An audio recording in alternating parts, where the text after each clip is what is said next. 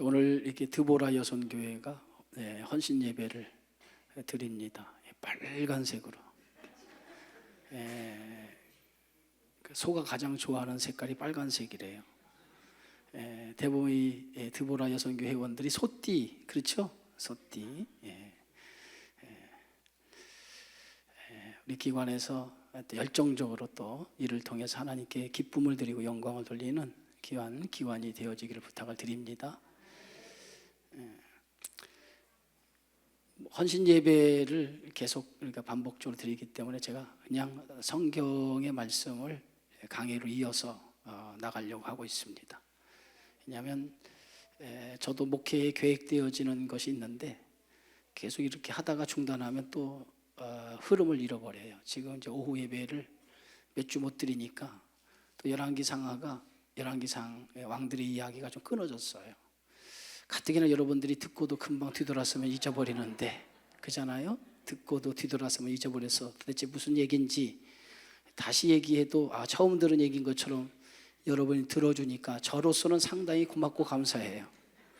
왜냐하면 들었던 얘기를 또 목사님 또 하네 라고 이런 인상을 가지고 그 얘기를 들으면 제가 상당히 부담스러울 텐데, 우리 교인들의 장점이 하나 있다면 항상 새로운 것을 듣는 것처럼 이렇게 내가 늘 같은 얘기를 해도 목사님이 처음 얘기하시는구나, 이렇게 새로운 것을 듣는 것처럼 그런 마음으로 이렇게 들어주니까 제가 너무도 감사를 해요.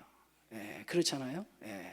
오늘도 또 새로운 것을 듣는 마음으로 말씀을 들으면 또 은혜가 되어지리라 믿습니다. 이 이스라엘 역사의 북왕국이라고 하는 이 역사는 250년이라고 하는 역사를 가지고 있어요. 솔로몬이 죽고 나서 그의 아들이 왕이 되어지고 나라가 남왕국과 북왕국으로 나누어지면서 이 북왕국은 250년의 역사를 가지고 있으면서 25명의 왕이 배출이 됩니다. 25명의 왕이 배출이 되는데 25명의 왕들 가운데 하나의 왕조가 계속 250년을 이어가는 게 아니라 모반과 또 여러 가지 일들로 인해서 왕조가 바뀌면서 25명의 왕이 북왕국을 250년 동안 끌고 가요. 그런데 반대로 이 남왕국은 한 왕조, 유다라고 하는 지파에서 왕이 나오고 그 왕을 통해서 끝까지 한 왕조가 남왕국을 이어가는 것이 이 북왕국과 남왕국의 차이라고 볼 수 있어요. 그런데 이 남왕국과 북왕국의 또 하나의 차이는 뭐냐면, 이 북왕국은 한 사람도 하나님 보시기에 선한 왕이 없었다는 거예요. 한 사람도 하나님 보시기에 선한 왕, 그러니까 하나님 보시기에 정말 만족스러울 그런 그 왕조를 이끌어가는 그런 왕이 한 사람도 없었다는 거예요. 그런데 반대로 이 남왕국은 그래도 선한, 하나님 보시기에 좋은 왕들이 여러 명 배출이 되어졌던 것을 봅니다. 그래서 이 열왕기를 우리가 보는데, 열왕기는 사실은 이렇게 말씀을 쭉 보다 보면 남왕국 유다의 왕과 북왕국 이스라엘의 왕들이 교차되어서 이렇게 왕들이 등장을 하고 있어요. 근데 같은 말씀이 기록되어져 있는 것이 역대상하인데, 역대상하는 남왕국 유다의 왕들의 이야기만 기록이 되어졌어요.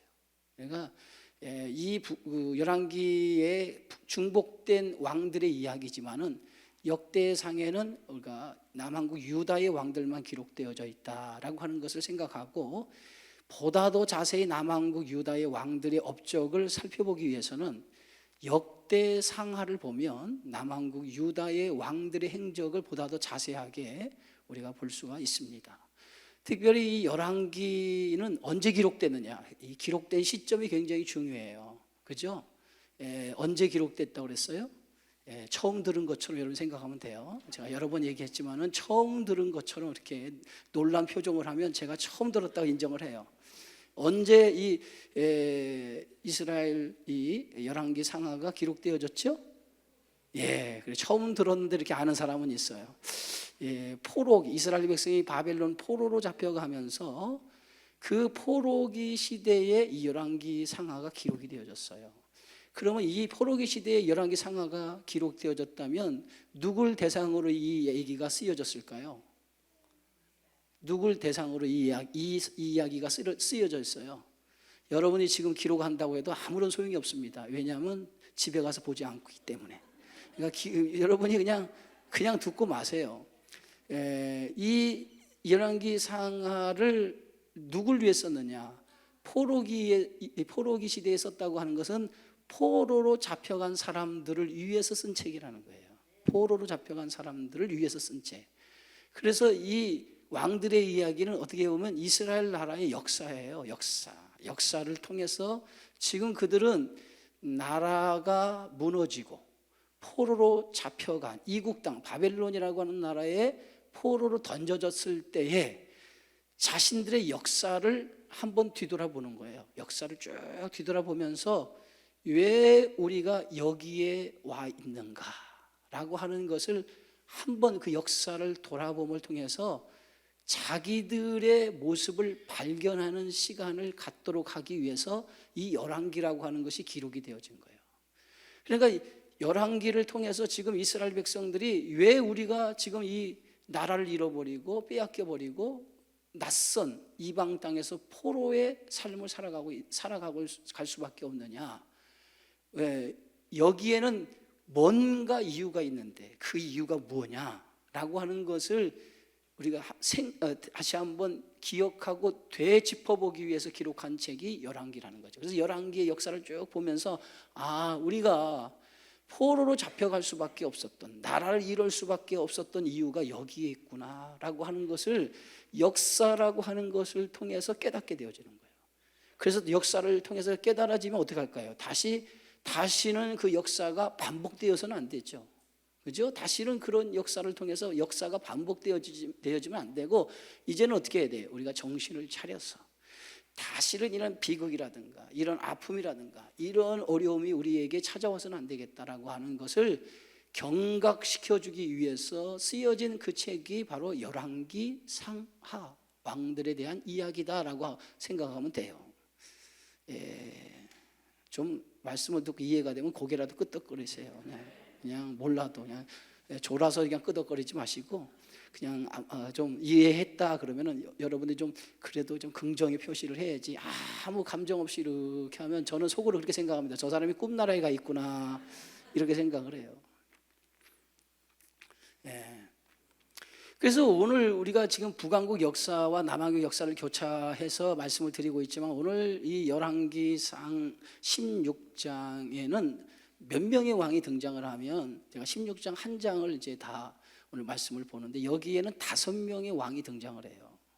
북왕국의 왕들 가운데 5명의 왕이 등장이 되어지는데, 이 5명의 왕들이 그들이 왕 위에 올라서서 행했던 모든 걸음들을 성경은 한마디로 뭐라고 표현하고 있냐면, 하나님 보시기에 악을 행한 왕이었다 이렇게 얘기하고 있고요. 또 하나 평가는 여로보암의 길로 걸어갔더라 이렇게 성경은 말하고 있어요. 그러니까 오늘 16장에 등장하는 왕은 무려 5명이지만 그 5명이 하나같이 하나님 보실 때에 좋은 왕이 아니었다는 거예요. 좋은 왕이 아니었다는 거예요. 그래도 정말 그 왕이 세워져, 왕이 하나님 보시기에 좋아야 되는데 하나님 보시기에 한 사람도 좋은 왕이 아닌 악을 행하는 왕이었다라고 하면, 정말 그 이스라엘 하나님의 나라로 세운 그 나라가 얼마나 하나님 보시기에 절망으로 치닫는가라고 하는 것을 우리가 그 왕들의 통치를 통해서 우리가 볼 수 있게 되어졌다라고 생각해 볼 수 있습니다. 그래서 오늘 본문에 등장하는 그 첫 번째 왕이 누구죠? 오늘 성경을 봉독하신 분 첫 번째 왕이 누구일까요? 이명서 집사님? 성경만 읽었지 도대체 이게 무슨 내용인가? 바하사라고 하는 왕이 등장을 해요. 바하사. 한번 따라합시다. 바하사. 이 바하사라고 하는 왕이 등장하는데, 그 북왕국의 초대 왕은 여로보암이라고 하는 왕이에요. 여로보암이라고 하는 왕인데, 이 여로보암이 22년이라고 하는 시간 동안에 북왕국의 초대 왕이 되어서 북왕국을 통치하게 되어지죠. 근데 22년을 통치하면서 이 여로보암이 행한 일들 가운데에 하나님 보시기에 많은 악한 일을 행했는데 그 악한 일들을 그 뒤에 등장하는 왕들 똑같이 여로보암이 행한 그 악한 일을 똑같이 걸어갔다는 거예요. 그래서 여로보암의 길로 걸어갔다라고 성경은 얘기하고 있어요. 근데 그 이후에 등장하는 왕들은 여로보암의 길로 걸어간 것뿐만 아니라 플러스 또 그들이 더 큰 악을 행하게 되어지는 거예요. 점점 북왕국의 역사를 가만히 보면 초대 왕 여로보암의 왕이 하나님 보시기에 악한 일을 행했던 것을 플러스해서 점점 더 많은 악을 행하게 되어졌다는 거예요. 그것이 이제 북왕국 역사 속에서 보여지는 그러한 일인데, 여로보암이 22년을 통치하고 그 다음에 여로보암의 아들이 여로보암 뒤를 이어서 나라를 이제 그 왕위에 오르죠. 그 왕의 이름이 뭐예요? 나답. 따라합시다. 나답. 그러니까 여로보암이 죽고, 초대 여로보암이 죽고 22년을 통치하고 죽고, 그 다음에 여로보암의 아들 나답이 북왕국 이스라엘의 두 번째 왕위에 올라서 그는 몇 년을 왕위에 오르냐면 몇 년이죠? 2년. 그래, 우리 박순희 권사님이 앉아가지고 참 손가락 두 개를 짝짝 피면서 얘기를 해주니까 여러분들 감사하죠? 여러분들은 모르는데 박순희 권사가 딱딱 대답해 주니까 2년을 통치해. 2년을 통치. 굉장히 짧죠. 왕에 올라서서 2년인데 실제 2년이라고 하는 것은 정확하게 24개월 통치했다라고 하는 얘기가 아니라 13개월을 통치했어도 2년이라고 얘기할 수 있어요. 왜냐, 해가 바뀌었기 때문에. 성경의 기록은 그렇게 기록하는 거니까 정확하게 우리가 얘기하는 것처럼 24년을 통치했다라는 뜻이 아니라 그가 2년이라고 하는 그 우리 횟수로 2년을 그가 나라를 다스리는 통치 기간을 가졌다라고 우리가 생각해 볼 수 있습니다.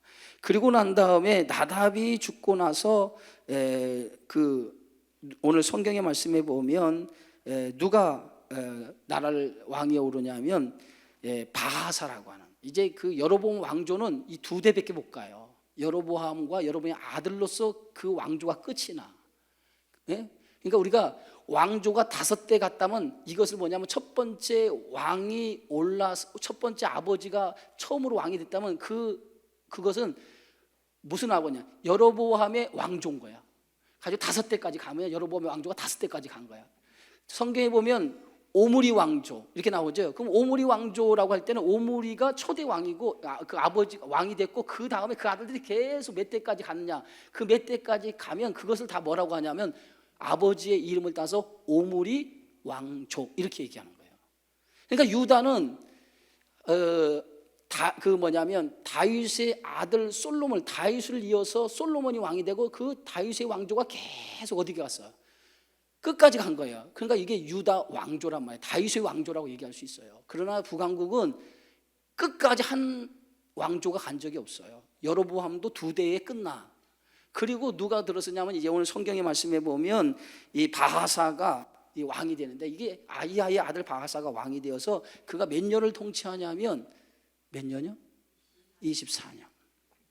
여러분들은 그냥 24년 하면 그냥 그렇게 알고 있어요. 여러분 시험에 나오는 거 아니니까. 우리 신학교 때는 이거 시험 나와요. 우리 목회자들 시험 볼 때는, 목사 안수 볼 때는 이런 시험 다 나와요. 몇 년 동안 통치했느냐, 이름이 뭐냐, 이거 외워야 되니까 이 수련목들이 아주 쥐가 나는 거예요. 성경을 시험 보니까 별 이상한 걸 아니니까. 근데 여러분들 걱정 안 해도 돼요. 내가 시험 칠 일이 없으니까. 24년을 통치를 해. 24년을 통치를 하고, 그 바하사가 죽고 난 다음에 바하사의 아들이 왕이 돼. 그게 누구냐면 엘라라고 하는 아들이 왕이 되어서 몇 년을 통치하냐면 2년을 통치해. 2년을 통치해요.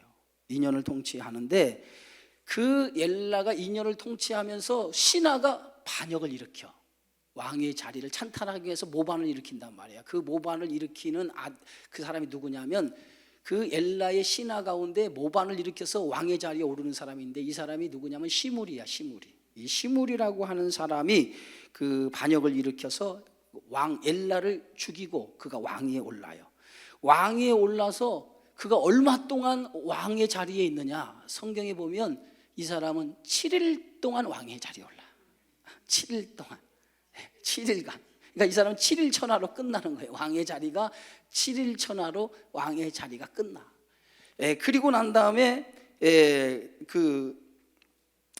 이스라엘 무리들 가운데에 군대 장관인 이 오므리, 우리가 잘 아는 거죠. 이제 오므리 왕조가 굉장히 중요한 왕조인데, 이 오므리를 이스라엘 사람들이 그를 이스라엘 왕으로 세우는데 실제는 이 오므리가 군대 장관이 오므리가 사람들이 왕위를 세우지만 이미 그때는 이 북왕국이 두 조각으로 나누어져 있었어요. 두 조각으로 나누어져 가지고 오늘 성경의 말씀에 보면은 이 디브니를 왕으로 삼으려 했던 무리가 있고 오므리를 왕으로 세우려고 하는 무리가 있었는데, 이 오므리를 따르는 무리들이 오늘 성경의 말씀은 디브니를 따르는 백성들을 무찔러요. 그래서 하나로 통일을 시켜요. 그래서 오므리가 명실상부한 왕이 되어집니다. 그래서 이제 오므리가 왕이 되어져서 그 오므리 왕조가 시작이 되어지는데, 이 오므리 왕조가 시작돼서 오므리는 몇 년을 통치하느냐? 12년을 통치해. 12년을 통치해서 6년을 디르사라고 하는 거예요. 그들이 그 시므리 왕조 때까지 이들의 그 수도가 어디냐? 이들의 수도가 어디냐면 디르사라고 하는 곳이 수도예요. 수도. 어디예요? 디르사라고 하는 곳이 수도였단 말이에요. 그때 북왕국의 수도가 그때까지는 디르사가 수도였어요. 근데 이 오므리 왕조가 들어서면서 우리가 잘 아는 수도가, 북왕국 수도 하면 어디죠? 북왕국 수도 예루살렘이라고 얘기하는 사람은 참 똑똑한 사람들이에요. 그건 남왕국 수도고, 남왕국과 북왕국이 갈라지면서 북왕국 수도 디르사였는데, 이 디르사가 수도가 이제 우리가 잘 아는 수도로 바뀌어져요. 오므리 왕조 때 그것이 바뀌어지는데, 오늘 성경의 말씀에 보면 어떤 일이 일어나냐면, 오므리가 12년을 통치하고 있을 때에 그 디르사에서 수도로 삼고 다스리다가 은 2달란트로 세멜에게서 사마리아 산을 삽니다. 사마리아 산을. 세멜에게서 사마리아라고 하는 산을 사가지고 그 산 위에, 사마리아 산 위에 성읍을 건축하기 시작해요. 그래서 성읍을 건축하는데, 이 성읍이 무슨 성읍이냐면 사마리아 성읍이 되는 거예요. 사마리아 성읍. 이해가 됩니까? 그 사마리아 성읍이 되어지면서 이 사마리아 성읍이 북왕국의 명실상부한 뭐가 돼요? 수도가 되어진다는 거예요. 무슨 얘기 알겠죠? 이때부터. 그래서 이 사마리아라고 하는 이름이 어디서 출발되었느냐? 세멜에게서 은 2달란트를 가지고 사마리를 샀다 해서 세멜이라고 하는 사람의 이름의 뜻을 풀어보니까 사마리아야. 이해가 돼요? 그러니까 이 사마리아라고 하는 지명은 사람의 이름을 따서 지은 성이라는 거야. 그게 뭐냐? 사마리아. 이해가 되죠? 그러니까 우리가 그 외국에 가면 그 도로명이 어떤 유명한 사람의 이름으로 이렇게 되어져, 알렉산드리아 길이라든가 이런 게 있잖아요. 그런 것처럼 그 로마 시대에는 로마 황제의 이름을 따서 도로를 건축한 게 굉장히 많아요. 도시도 안디옥이라고 하는 도시도 안디오커스, 로마 황제의 이름을 따서 만든 도시가 안디옥이에요. 근데 로마 황제 안티오커스라고 하는 로마 황제의 이름을 따서 만든 도시가 안디옥이란 말이에요. 그러니까 그 당시 로마 시대에는 이렇게 로마 황제의 이름을 따서 만든 도시가 굉장히 많아요. 그래서 중복된 도시가 많아요. BCD 안디옥도 그렇고 수리아 안디옥도 그렇고 많은 도시가 그런 이름의 뜻이 가지고 있어요. 그런 것처럼 오늘 이 사마리아 성읍도 세멜이라고 하는 사람에게서 오늘 오므리가 은 2달란트를 가지고 그 산을 사가지고 거기다가 성읍을 건축하기 시작했는데, 그 성읍을 건축하고 나서 그곳을 사마리아라고 명을 했단 말이에요. 근데 그때부터 사마리아가 북왕국의 뭐가 되냐? 수도가 되어졌다는 거예요. 예? 그것이 이제 북왕국 역사 속에서 오늘 처음으로 등장하는 말씀이에요. 자, 그런데 오늘 이 본문의 말씀에서 가만히 보면 북왕국 왕들이 오늘 등장하는 6명의 왕들, 오늘 본문에서 등장하는 6명의 왕들의 이름을 보니까 누가 등장하죠? 처음에 지금 봤잖아요. 우리가 바하사, 그 다음에 엘라, 그 다음에 시므리, 그 다음에 오므리, 그거 없나요? 바하사, 그 다음에 나답이 죽고, 그 다음에 바하사가 되고, 예? 그 다음에 바하사가 죽고 엘라가 왕이 되고, 그 다음에 그의 신의 시므리가 시므리 엘라를 죽이고 시므리가 왕이 되어 7일 동안 다스리고 군대장 오므리가 왕으로 세워지고, 그 다음에 마지막 이 오므리의 아들이 누굽니까? 아합이야. 오므리의 아들이 아합. 정말 이제 오므리 왕조가 시작되면서부터 아주 이제 이스라엘 나라의 어두운 역사가 시작돼. 어두운 그림자가 이제 짙게 내려지게 돼요. 이제까지는 여로보암의 길로 걸어간 것이 이제 전부지만, 이제는 이 오므리라고 하는 사람이 왕이 되어지고 그 아들 아합이 등장하면서부터 이스라엘은 캄캄한, 영적으로 아주 캄캄한 어두운 역사가 시작이 되어져요. 영적으로 굉장히 어두운 역사가 시작돼요. 그래서 오므리 왕조는 우리가 생각해 볼 때 이 오므리 왕조는 성경에서 가장 극심한 그러한 어둠의 시간을 가져오게 했던 왕조라는 거예요. 근데 이때 활동했던 선지자가 있어요. 누굽니까? 엘리야예요. 엘리야. 이때 활동했던 선지자가 엘리야예요. 가장 영적으로 암울한 시대에 활동했던 선지자가 엘리야인데, 구약 성경에서 그 하나님의 사람 대표적인 두 사람을 얘기한다면 두 사람을 들어서 얘기해요. 구약의 성경에서 대표적인 두 사람. 그래서 예수님이 복음서에 보면 예수님께서 변화산에 올라가서 예수님의 모습이 변화가 되어졌어요. 그때 변화산에 올라갔을 때 예수님의 모습이 변화됐을 때 거기에 함께 있던 사람들이 있었어요. 누가 있었어요? 모세와 엘리야. 이 두 사람이 예수님이 변화산에서 있을 때, 예수님의 모습이 변했을 때 구약에 이 두 사람이 거기에 있었다. 이것은 무엇을 의미하냐면 이 두 사람은 구약을 대표하는 사람이라는 거예요. 구약을 대표하는 사람. 왜 대표하냐면 모세는 율법을 받은 사람이에요. 율법을 대표하는 사람이 모세고, 이 엘리야는 선지자를 대표하는 사람이 엘리야예요. 그래서 구약의 가장 이스라엘 백성이 존경하는 사람은 누구냐면 율법을 대표하는 사람의 모세를 그들이 인정을 하고, 또 하나는 선지자, 그 많은 선지자 중에서 엘리야를 선지자 중에 선지자, 대예언자라고 이렇게 저들이 인정을 해서 엘리야를 구약의 두 사람의 인물 가운데 가장 중요한 인물이라고 생각을 하는 거예요. 그래서 오늘 성경에도 보면 이제 이 가장 어두운 시대에 하나님의 선지자가 등장을 하는데, 그 선지자가 누구였냐면 엘리야예요. 근데 엘리야는 우리가 잘 아는 것처럼 엘리야는 죽음을 보지 않은, 그래서 이 엘리야는 뭐예요? 예수님의 부활을 예표하는 그림자다, 이렇게 얘기하고 있잖아요. 그래서 죽음이, 그 사람은 무덤이 없는 거예요. 그래서 해리바람을 타고 어디로 올라가요? 불말과 불수레를 타고 어디로? 하늘로 승천하는, 그러한 선지자가 엘리야라고 하는 선지자였어요. 근데 이 엘리야가 활동하던 시대가 어느 시대예요? 아합 왕이라고 하는, 오므리 왕조가 시작되면서 오므리의 아들이, 이 아들 아합이 그 나라를 다스릴 때에 활동하던 선지자인데, 그때가 가장 이스라엘 역사에서 어두운, 영적으로 가장 캄캄한 어두운 그런 역사의 시간이었다는 거예요. 근데 그 역사의 시간 속에서 하나님은 또 누굴 통해 일하셔요?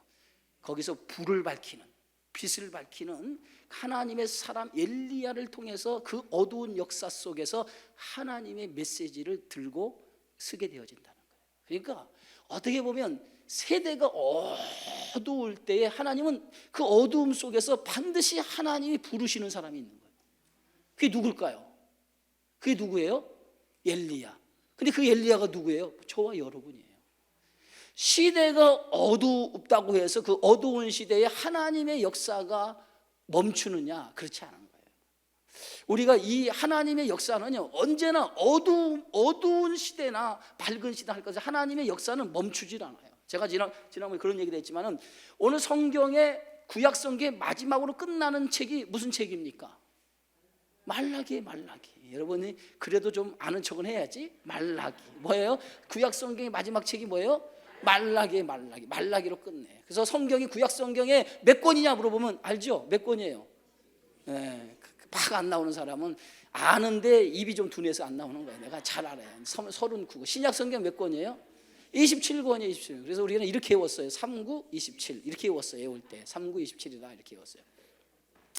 그러니까 구약 성경에 39권이에요. 39권 중에 마지막 책이 말라기인데, 말라기에서 신약 성경에 처음에 등장하는 책이 뭐예요? 마태복음이에요. 마태복음이. 근데 이것을 말라기 선지자로부터 시작해서 마태복음에 처음으로 등장한 선지자가 누구예요? 이거 세례 요한이죠. 이렇게 여러분 머리를 막 씁니까? 그냥 세례 요한이지. 처음에 말라기 선지자로부터 하나님의 말씀이 딱 끊어졌는데, 마태복음의 시작에서부터 하나님의 선지자가 등장하기 시작했는데, 그 등장한 첫 번째 선지자가, 신약의 첫 번째 선지자가 누구냐면 그게 세례 요한이에요. 그러면은 이 구약 말라기에서 세례 요한이 등장하는 이 시간이 몇 년인지 아세요? 400년이요. 400년 동안의 성경의 기록은 하나도 기록되지 않았어요. 400년의 기록. 이때 기록된 책이 뭔지 아세요? 이게 외경이에요. 외경. 이해가 되세요? 이게 외경이에요. 외경. 그래서 이 외경에, 캐톨릭에서는 이 외경을 우리가 이렇게 그 성경으로 읽지만 우리는 그걸 외경을 받아들이지 않잖아요. 이 400년을 우리는 뭐라고 얘기하냐면 신학적으로 신약과 구약의 중간기다. 이렇게 중간. 신약과 구약을 잇는 중간 시대다 얘기해요. 이 중간 시대에는 성경에 아무런 성경에 얘기가 없어요. 이 중간 시대에 아무런 성경에 얘기가 없어요. 자, 그러면은 성경에 아무런 이야기가 없다고 해서 하나님의 일하심, 하나님의 역사가 멈추어 있느냐? 멈추어 있어요? 아니라는 거예요. 성경에만 하나님의 말씀이 기록되지 않았을 뿐이지, 이 기간 동안은 하나님은 계속해서 일하고 계시다는 거예요. 이걸 뭐라고 하냐면 침묵의 시간이다 이렇게 얘기해요. 무슨 시간? 침묵의 시간. 하나님이 말씀을 드러내지 않지만은 침묵하는 시간이라는 거예요. 우리도 보면 때로는 우리가 어떤 고통 속에 있고 어려움 속에, 흑암 속에 있지만은 그 흑암 속에 있으면서도 흑암 가운데 때로는 하나님, 내가 이 고통과 흑암과 어두움 속에 있는데 하나님 아무런 역사가 없습니다. 나를 이렇게 흑암에, 이 고통에, 어두움에 내버려 두십니까? 라고 우리는 그렇게 절망할 때가 있어요. 지금 이스라엘이 말라기 시대에서도 마태복음 세례 요한이 등장하는 시대가 그런 어둠의 시간이었단 말이에요. 아무런 하나님 말씀이 끊어지시다 했는데, 그 끊어진 시간이 마치 우리의 삶 가운데 어떤 고통 속에 누여져 있는데, 그 고통 속에 하나님 앞에 부르짖어도 하나님의 부름에 응답이 없는 캄캄한 침묵의 시간을 보내고 있단 말이에요. 그러면 이 침묵이 하나님이 일하지 않느냐? 그렇게 말할 수 없다는 거예요. 오히려 우리가 고통 속에, 내가 당하는 환난 속에 부르짖어도 하나님 아무런 응답이 없어. 그 응답이 없다고 여러분, 하나님이 일하지 않는가 보다, 하나님께서 나와 함께 하지 않는가 보다, 이렇게 우리가 생각할 수 있지만 그렇지 않다는 거예요. 하나님은 내가 고통당하는 그 시간에 하나님 뭐 하고 있어? 지금 하나님은 그 다음을 통해서 침묵하고 있는 거예요. 그 다음에 우리의 인생을 인도하시기 위해서, 예비하시고 하나님의 계획 속에 이끌기 위해서 하나님의 말씀이 없을 뿐이지, 하나님은 뭐 하고 계셔요? 일하고 계신다는 거예요. 일하고 계셔요. 그러니까 언제나 우리가 하나님 앞에 내가 기도를 했어. 근데 그 기도가 아무런 하나님의 응답이 없고 어떤 모습도 보이지 않는 것 같아. 그렇다고 해서 하나님이 내 기도 안 들어주는 거야 라고 얘기하지 말고, 그 침묵의 시간이 하나님이 지금 나에게 어떤 계획을 가지고 지금 그 계획을 이루시기 위해서 준비하는 시간이다 라고 이렇게 믿음으로 여러분 생각해 주시면 아멘 하세요. 네, 그런 시간이라는, 그런 시간이라는 거예요. 하나님께서 그 침묵을 통해서 뭔가 나의 인생에 또 다른 계획을 이루시기 위해서 계획하시고 준비하는 시간이라는 거예요. 그러니까 하나님의 응답이 없다고 하나님 안 계신가 봐 이렇게 얘기하는 사람은 하나님의 그 속성과 섭리를 모르는 사람이야. 그러니까 어떤 순간에도 오늘 하나님 뭐예요? 내가 너와 함께 하겠다. 내가 너를 붙들어, 너를 지키어, 너를 이끌겠다고 하는 것이 하나님의 말씀이에요. 그러니까 여러분이 어떤 상황에 있어도 항상 하나님은 뭐예요? 나를 향한 계획을 가지고 계시고 나를 통해서 하나님의 하시고자 하는 일이 있다라고 하는 것을 믿으시고, 어떤 순간에도 때로는 고통의 시간이 긴다 할지라도 그 고통의 시간 속에서도 뭐예요? 여러분들이 하나님이 침묵하신다고 해서 하나님은 살아계신 분이 안 계신 게 아니라 그 침묵을 통해서 하나님의 뜻을 이루고 가고 있다는 거예요. 그래서 오늘 유대 백성들이, 오늘 초대 그리스도인들이 많은 환난과 고통을 받았는데 그 고통이 무려 몇 년이가 300년 동안 그 고통의 시간이 갔어요. 초대교회가 환난을 당한 그 많은 시간이 300년 넘게, AD에서 예수님이 십자가에 못 박아 죽으시고 난 다음에 복음이 전해지고 난 다음에 많은 그리스도인이 핍박과 환난의 시대가 찾아오는데, 그 환난의 시대가 300년간 313년 콘스탄틴 황제가 기독교를 공인으로 하기 전까지는 300년 동안 환난의 시대가 시작된 거예요. 그 환난의 시대 300년의 기간 동안에 오늘이면 오늘 고난당한, 내일이면 이 고난이 없어질까, 그 다음 날 내일이면 또 고난이 없어질까, 이렇게 매일매일 고난 속에 살아가는 성도들에게는 내일이면 고난이 없어질까, 내일이면 환난이 없어질까 생각하고 하루하루 보내는데 그 환난이 죽을 때까지 가는 거예요. 그때마다 성도들은 무슨 생각이 들어? 하나님 안 계신가 봐. 하나님 안 계신가 봐. 예? 하나님의 말씀하셨는데 하나님 말씀이 다 거짓인가 봐. 그러니까 믿음이 흔들리기 시작한다. 믿음이 막 흔들린단 말이에요. 그 믿음이 흔들릴 때 제일 중요한 게 뭘까요? 믿음이 흔들릴 때 제일 중요한 게, 뭘 눈을 동그랗게 뜨고 날 쳐다봐요. 믿음이 흔들릴 때 제일 중요한 게 뭐예요? 하나님의 약속의 말씀을 믿는 거야. 그냥 믿는 거예요. 믿는 거예요. 그래서 히브리서가 등장한 거예요. 믿음 없이는 하나님을 기쁘시게 못하나니. 그래서 히브리서가 등장한 거예요. 히브리서가. 예? 그래서 그 환난 속에서 그 환난이 끊임없어요. 여러분 인생에 지금 환난이 어느 정도 시작되고 끝이 나면 괜찮은데, 그 환난이 죽을 때까지 계속 가면 여러분, 하나님 안 계셔. 정말 하나님, 내가 믿는 하나님 계속 이러면 하나님 없는가 봐 이렇게 얘기하잖아요. 여러분은 아마 한 달만 가도 그럴걸. 근데 그 사람들은 죽을 때까지 그 환난이 그럴 때 하나님이 없는가 보다 생각할 때, 그때 가장 중요한 거죠. 하나님의 약속을 믿는 거야. 붙드는 거야. 믿고 붙드는 거야. 그것을 통해서 그 환난을 뚫고 나가는. 근데 그것이 환난이 언제까지? 300년을 갔어요. 300년을. 그러니까 그리스도인들의 삶이 얼마나 힘들고 어려웠겠어요. 그 힘들고 어려운 속에서도 믿음을 지키고 사는 것이 대단하지 않겠어요? 그들의 믿음이 오늘 우리에게까지 복음이 전해지는 역사를 이루게 되어진 줄 믿습니다. 그러니까 믿음이라고 하는 게 그만큼 중요한 거예요. 얼마나 내가 하나님의 약속을 붙들고 그 약속에 대한 견고한 신앙을 가지고 살아가느냐, 굉장히 중요한 거예요. 그 믿음이 우리가 하나님의 말씀을 믿는 거예요. 그러니까 하나님이 고통 중에 침묵하고 있다고 해서 그 침묵이 하나님이 일하지 아니하고 두 손 들고 하나님 쉬고 있다고 생각하지 말고, 그 300년의 긴 시간 동안 하나님 어떤 일을 하십니까?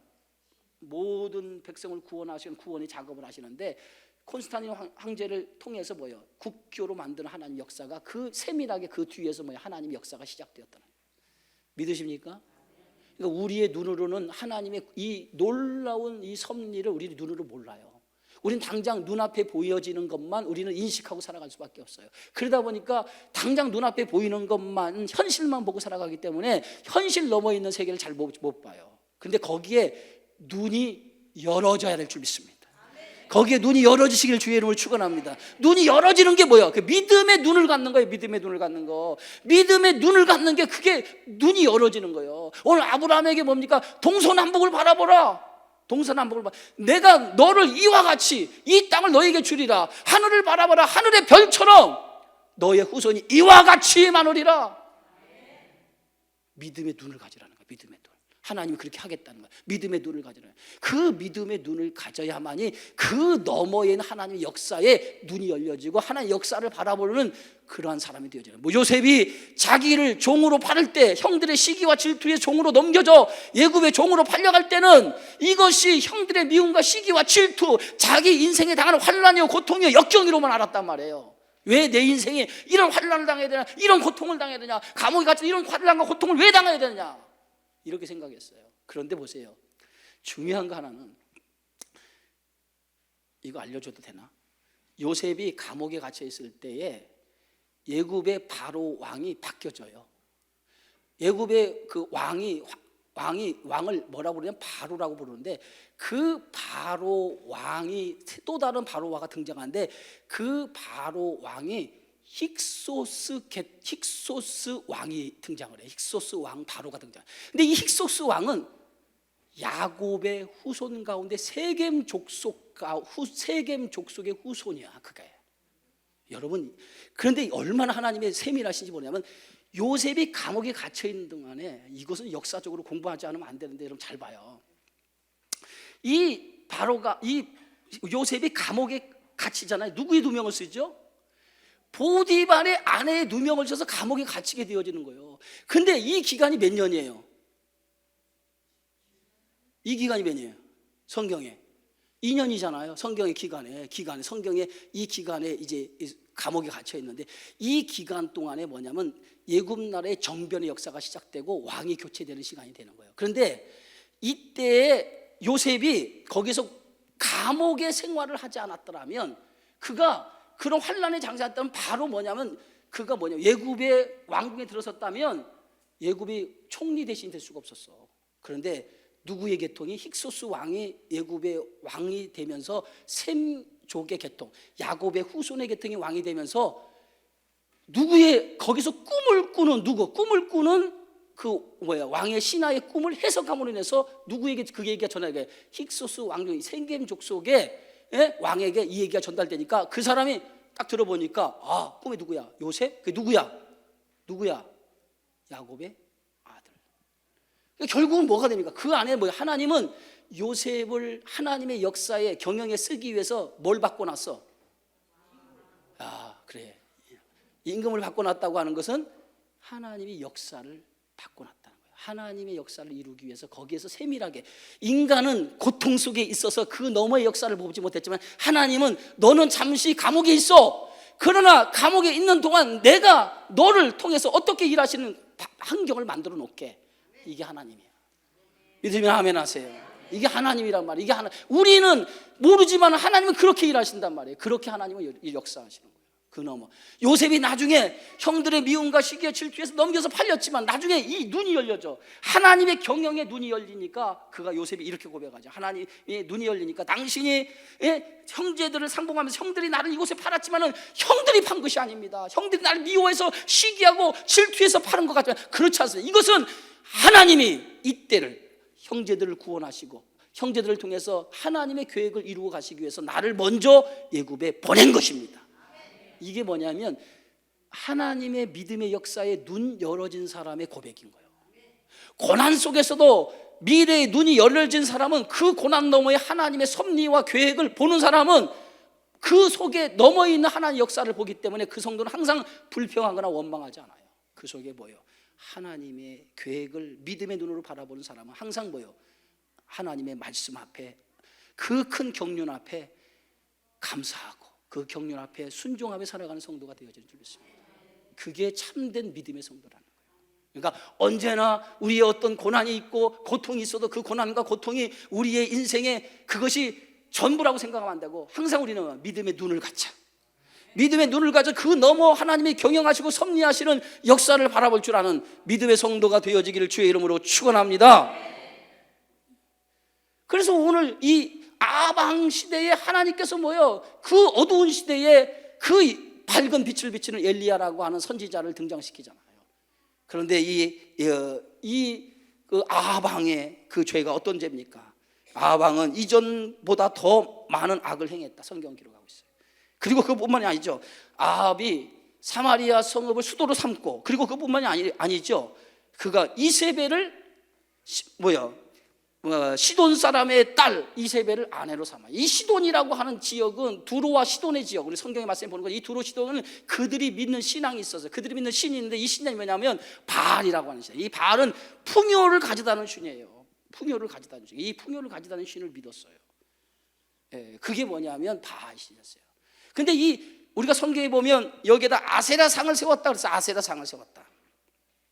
그러면 이 아세라상을 세웠다라고 하는 말이 뭐냐면, 이 아세라상이라고 하는 것은 신상을 가리키는 의미가 아니에요.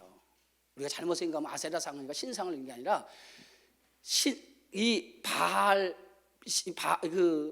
아합이 신전을 세우기 위해서 그 신전을 조성할 거 아니에요. 그 신전을 조성하는데 이 신전을 조성할 때 숲으로 이렇게 신전을 조성해요. 이게 그로브라고 하는 그로브. 여러분, 그래서 이 그로브 숲을 이렇게 조성해요. 이 숲을 조성하는데 이 숲을 조성하는 나무들 있잖아요.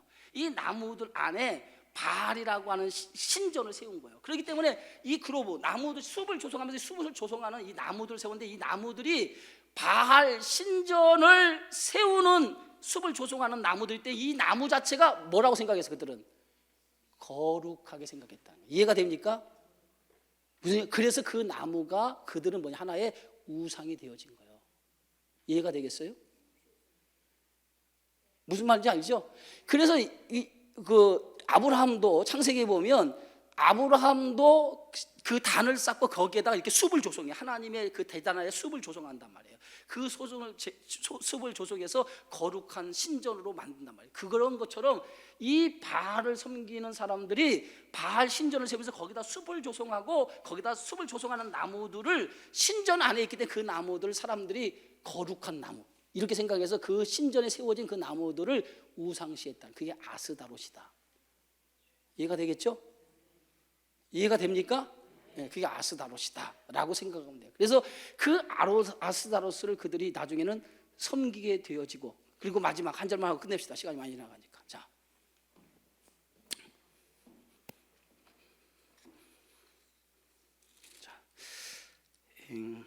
34절 16절 34절 한 절만 읽고 끝냅시다.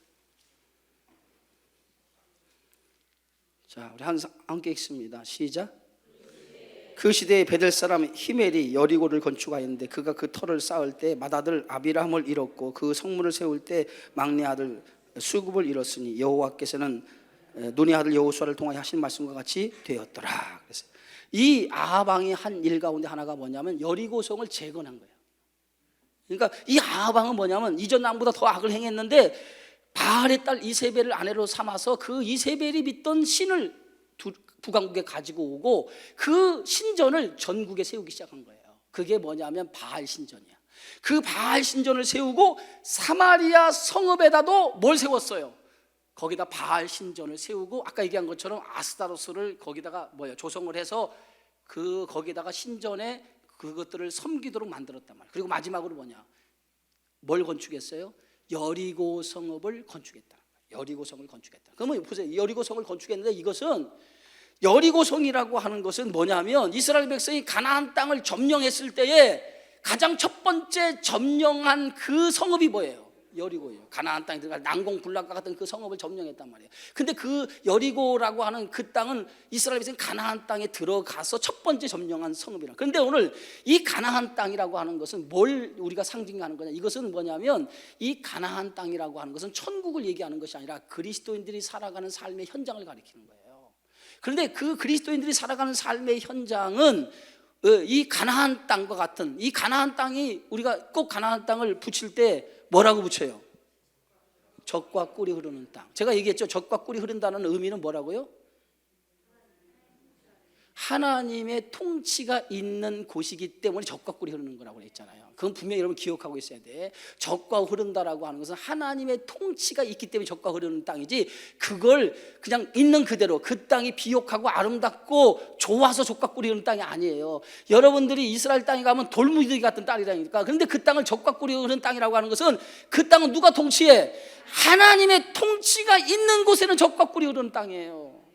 그래서 젖과 꿀이 흐르는 땅. 그런데 그 가나안 땅은, 이 젖과 꿀이 흐르는 가나안 땅은 뭘로 줬어요? 약속으로 준 땅이에요. 약속으로. 그런데 그 약속으로 준 땅이기 때문에 그 땅은 싸워서, 총이나 칼로 싸워서 그 땅을 점령해서 그 땅 족속과 싸워서 그 땅을 차지하는 땅이 아니라, 그 땅은 인간의 실력, 인간의 어떤 자기 실력을 가지고 그 땅을 차지하는 땅이 아니고 그 땅은 하나님이 주신 땅이에요. 뭘로? 약속으로 주신 땅이에요. 그렇기 때문에 그 약속으로 주신 땅은 어떻게 얻으면 돼? 순종으로만 얻으면 돼. 순종. 그래서 첫 번째 전쟁에서 하나님께서 여리고성을 정복하는 난공불락의 성을 도전할 때, 그때 하나님께서 이스라엘 백성의 그 성을 어떻게 무너뜨리라? 매일 하루에 한 바퀴씩 돌고 엿새 동안을 그리하고 제7일에는 7바퀴를 돌고 뭐 하라고 그랬어요? 고함을 지르라. 여러분 보세요. 상식에 보면 이 성을 무너뜨리는 방법이 뭐예요? 싸움을 통해서 얻어집니까? 뭐예요? 하나님의 말씀을 듣고 순종하면 된다는 거예요. 순종하면 된다는 거예요. 그래서 그들이 7바퀴를 돌고 함성을 지르니까 난공불락과 같은 40일 동안 탐지해서 돌아와서 겁을 먹고 돌아왔던 그 성읍이 와르르르 하고 무너졌어요. 뭘로? 순종을 통해서. 그래서 가나안 땅은 순종하는 거예요. 그래서 우리가 가나안 땅은 뭐냐면 하나님 백성이 살아가는 삶의 현장인데 그것은 뭐예요? 순종을 배우는 곳이다. 아멘. 그래서 가나안 여호수아는 하나같이 뭐냐면 순종을 배우는 현장이 여호수아야. 그 순종을 통해서 그 땅을 차지하는데 그때 여리고성을 정복하면서 이 여리고성을 정복하면서 그 땅을 완전히 순종을 통해서 무너뜨렸잖아요. 그리고 무너뜨리고 나서 여호수아가 한 말이 있어요. 그 한 말이 뭐냐면 여호수아서 6장 26절. 이제 결론이에요. 다 6장 다 찾아봐요. 여호수아서 6장 26절.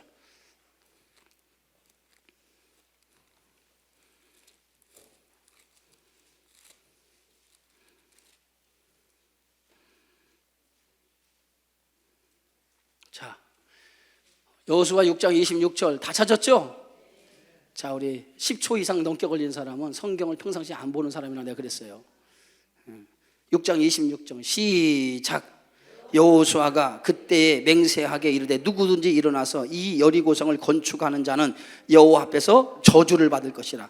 그 기초를 쌓을 때 그의 맏아들을 잃을 것이요 그 문을 세울 때에 그의 막내 아들을 잃으리라 하였더라. 아멘.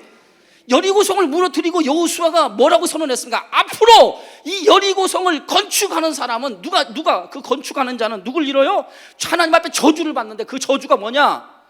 기초를 쌓을 때, 땅을 팔 때, 여리고성을 건축하다 땅을 파는 자는 맏아들이 죽을 거라는 거예요. 그리고 그 성문을 뭐예요? 그 문을 세울 때, 그 문이 뭐예요? 이제 성벽의 건축을 마감하는 문을 세울 때는 누가 죽어요?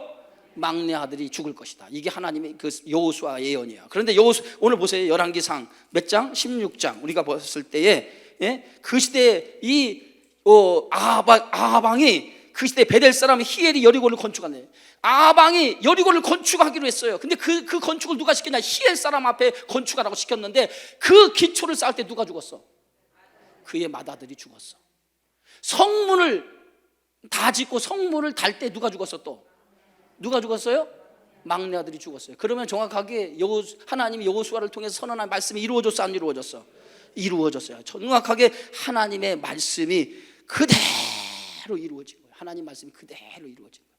그렇다면 이 아방이 이 하나님의 말씀하신 이 말씀을 무시하고 여리고성을 건축했다고 하는 하나님 말씀을 무시한 거예요. 그럼 결국은 이 아방 시대는 결론이에요. 아방 시대는 뭐예요? 말씀을 무시한 시대였다는 거예요. 이해가 됩니까? 하나님의 말씀을 돌같이 여겼다는 거예요. 하나님의 말씀을 무시한 시대였다는 거예요. 이게 그 아방 시대의 비극이야. 하나님의 말씀을 무시하면 안 돼요. 아멘. 하나님의 말씀이 무시되면 여러분 인생이 그것으로 끝나는 거예요. 하나님의 말씀이 살아있는 말씀으로 들려질 때 그 영혼이 살아나고 그 가정이 살아나고 그 삶이 살아나는 줄 아멘 좀 해봐요. 믿으시기를 바랍니다. 아멘. 기도합시다. 주의 은혜 고맙습니다. 오늘도 열왕기상을 통해서 우리에게 주신 생명의 말씀, 하나님의 말씀이 무너진 시대, 하나님의 말씀이 무시되는 시대, 이것이 가장 악한 시대인데 오늘 우리 성도들 가운데, 가정 가운데, 삶 가운데 하나님 말씀이 무너지거나 무시되지 않게 하시고 언제나 하나님의 말씀이 살아있는 말씀으로 들려지고 살아있는 말씀으로 역사되어지는 가정과 저들의 삶이 되어지게 하여 주옵소서. 예수님의 이름으로 기도하옵나이다.